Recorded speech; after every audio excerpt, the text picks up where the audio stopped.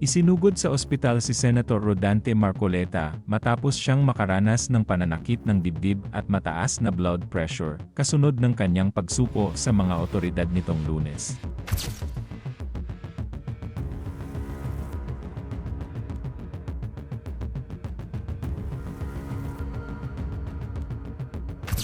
Ayon sa Criminal Investigation and Detection Group o CIDG, hindi muna siya dinala sa kulungan dahil kinailangan muna siyang sumailalim sa agarang medical examination.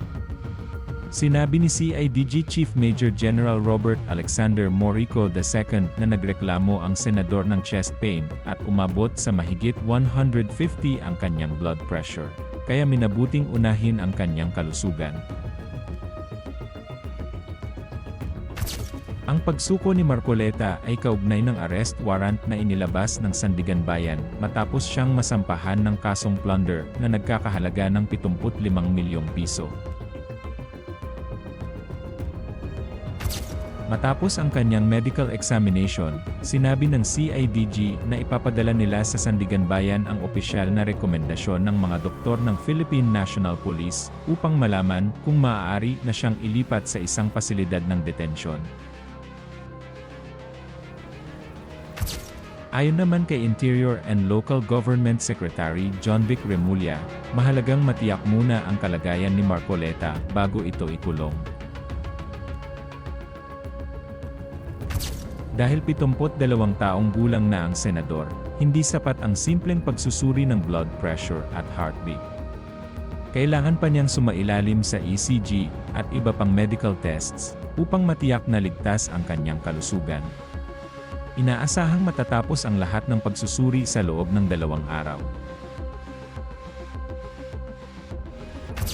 Kapag idineklara ng mga doktor na maayos na ang kondisyon ni Marcoleta, agad na ibabalik ng CIDG sa Sandigan Bayan ang warrant para maipagpatuloy ang legal na proseso.